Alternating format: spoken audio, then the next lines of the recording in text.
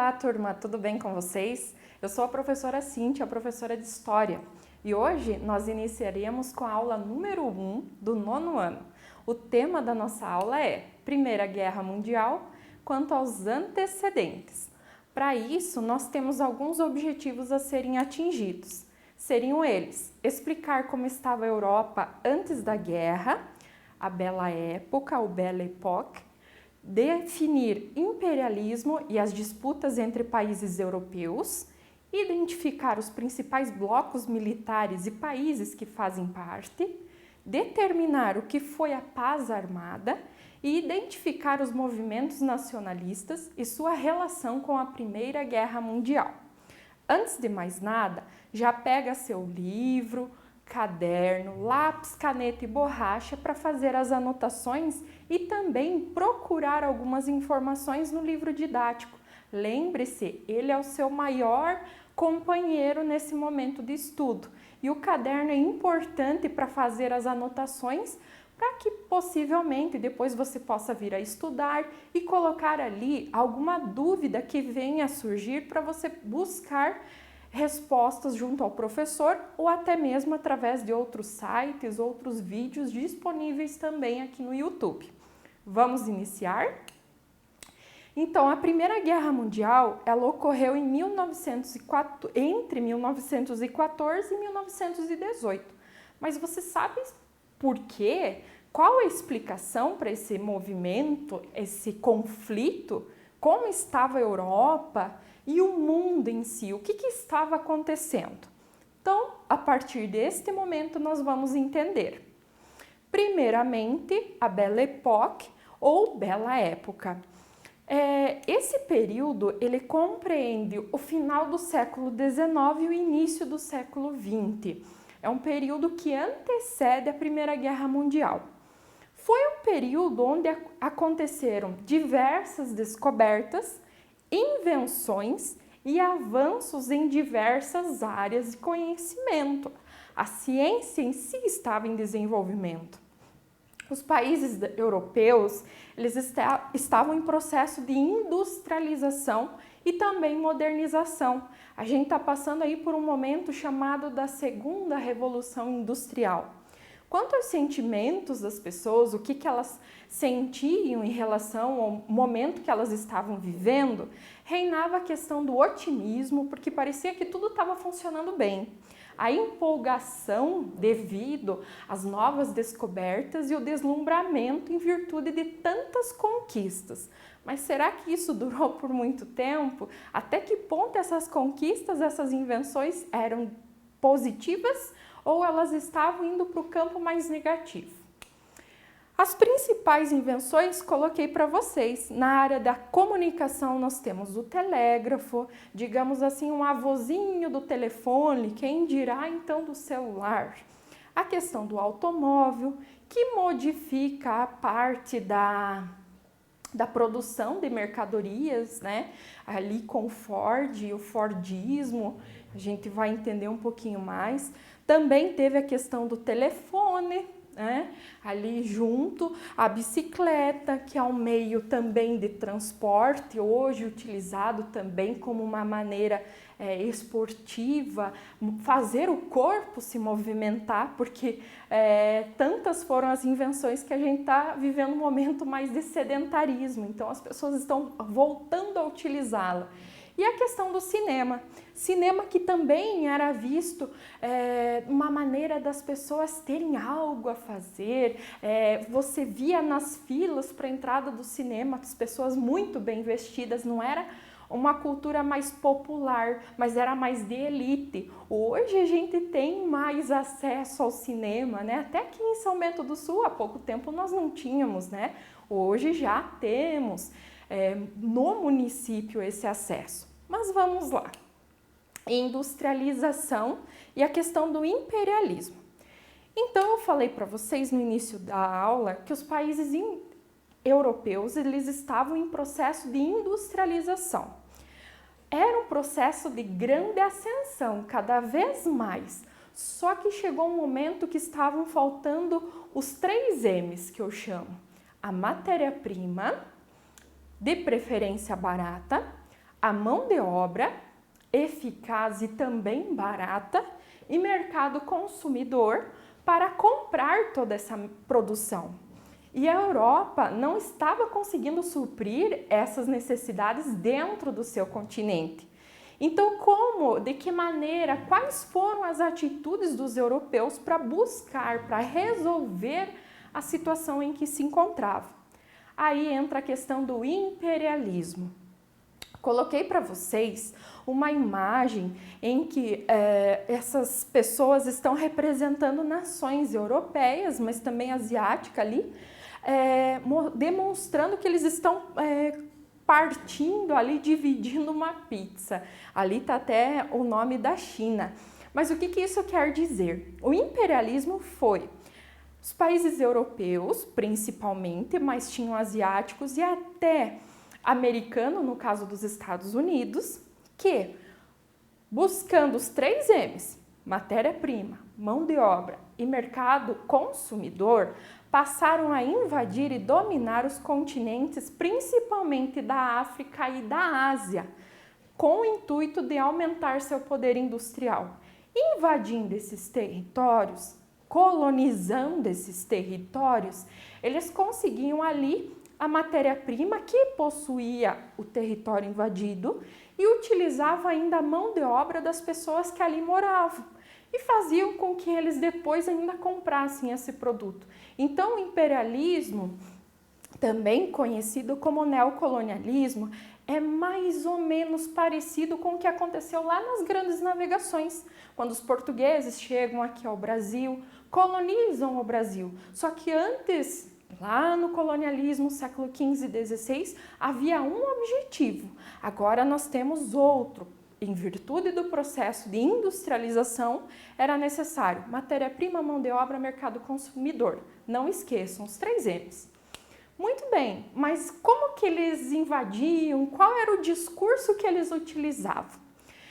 Bem, entra ali a questão eurocentrista, como se a Europa fosse o símbolo da civilização a ser seguida, as ações que eles tomavam são aquelas que deveriam ser tomadas por todos. Então, esses países imperialistas usavam o discurso de supremacia, como superiores.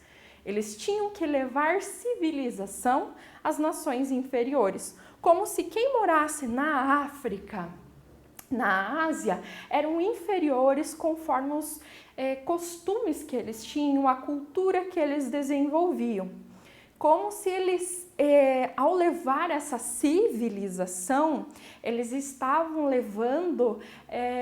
fazendo bem para esses países da África e da Ásia. Mas não vai ser bem assim.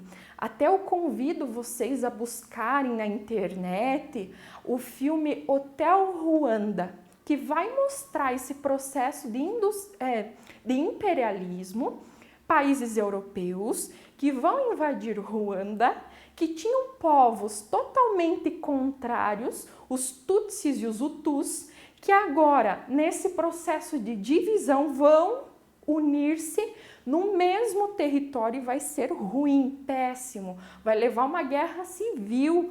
As ruas de Ruanda vão estar infestadas de corpos e sangue, as pessoas estão saindo com facão na rua para matar o inimigo, aquele que é de outro grupo. Mas assistam, é muito interessante você ver um fato real que aconteceu em virtude de questões imperialistas. Aqui eu coloquei também para vocês os países imperialistas, os principais. Nós temos o Império Otomano, a Rússia, o Japão, por isso que eu disse que não são apenas países europeus, mas são os principais. Países Baixos, Espanha, Portugal, Alemanha, Itália, Bélgica, França e Reino Unido. Nessa divisão, nós vamos entender que alguns países levaram melhores territórios na África e na Ásia e outros países não levaram territórios tão bons assim, que vai ser um quesinho, um pequeno passo para o conflito maior que a Primeira Guerra Mundial. Mas vamos por partes. Então, o crescimento industrial da Alemanha, após a formação do Estado Nacional, quando a Alemanha conquista a sua unificação, ela faz com que esse processo de unificação faz com que a Alemanha entre nessa disputa por mercados na África e na Ásia. Porém, nós temos a Grã-Bretanha, a França, que já eram superiores, já tinham conquistado há muito tempo essa unificação. E o que acontece? Há a Guerra Franco-Prussiana, em 1870, em que a Prússia, agora a Alemanha, ganha territórios, as regiões de Alsácia e Lorena, ricas em ferro e carvão. E, de certa forma, isso desagrada a França. E há uma necessidade, um sentimento de revanchismo. Porém, ainda não tem um motivo, de fato, para fazer com que entrem em conflito como uma revanche dessa guerra anterior. Vai ser na Primeira Guerra Mundial que eles vão tentar resolver essa situação. Acordos econômicos e militares que surgem no decorrer desse processo, em que países que têm o mesmo interesse, eles se unem em duas grandes alianças, em dois grandes blocos. Nós temos a Tríplice Aliança, formada por Alemanha, Império Austro-Húngaro, Império Turco-Otomano e Itália, que foi para Entente antes mesmo da guerra iniciar. E a Tríplice Entente, formada por França, Inglaterra ou Grã-Bretanha, Rússia e também Sérvia, tá? Perceber um clima de tensão no ar é a Inglaterra, que está junto à França, que recebe os melhores territórios. É a França junto à Alemanha, que tem essa questão do revanchismo, porque a Alemanha conquista territórios que a França almejava. Tem a questão da disputa, a divisão não coerente, a divisão que foi, de certa forma, injusta para alguns países, dos territórios da África e da Ásia. Então, o que acontece? Os países europeus, principalmente, eles entendem que há uma possibilidade de conflito, mas ainda não tem um motivo de fato. O que eles fazem? Eles já estão se precavendo. Eles aumentam a produção de armamento, a indústria bélica, adotam a questão do serviço militar obrigatório, que aumenta então o número de contingentes militares, e os países então eles estão se armando, mas não tem um motivo para a guerra. Esse período é considerado, é chamado de paz armada.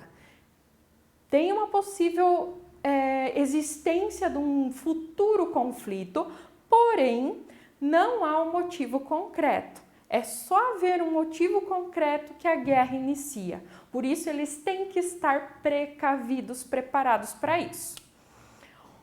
Movimentos nacionalistas vão influenciar também, vão ser antecedentes, motivadores para a Primeira Guerra Mundial. Quais são eles? Nós temos o pan-germanismo, pan seria a união dos povos de origem germânica, ou seja, de origem alemã. Eles tinham por interesse, por intenção, unir todos os povos de origem germânica em um único estado, que seria liderado pela Alemanha. Já o pan-eslavismo pregava a união de todos os povos de origem eslava, russos, polacos, tchecos, sérvios, croatas e também ucranianos. O pan-eslavismo é o principal movimento nacionalista, principalmente por causa da região da Península Balcânica. Essa região ela é localizada entre os mares Negro e Adriático e era formada por várias etnias e dominada pelo enfraquecido Império Turco. A região era alvo de disputas. Por quê? Por ser um ponto estratégico para as rotas de escoamento de mercadorias que as potências europeias pretendiam construir, como a questão até a própria construção de uma ferrovia pelos alemães que ligaria seu país ao Oriente Médio, que seria uma fonte de várias matérias-primas. Tem até a questão do petróleo, mais tarde utilizado como combustível. Por enquanto, a aula fica por aqui, mas na próxima aula vou buscar retornar à questão balcânica, porque ela é bastante importante no sentido de entendermos qual foi a motivação para levar a Primeira Guerra Mundial. Agora, vocês vão para as atividades referentes a essa aula. Por isso, é importante vocês manterem o caderno em ordem com as principais informações deste assunto, dúvidas, curiosidades, entre outros. Na próxima aula, continuamos a ver essa questão da Primeira Guerra Mundial. Bons estudos a todos, um abraço e tchau!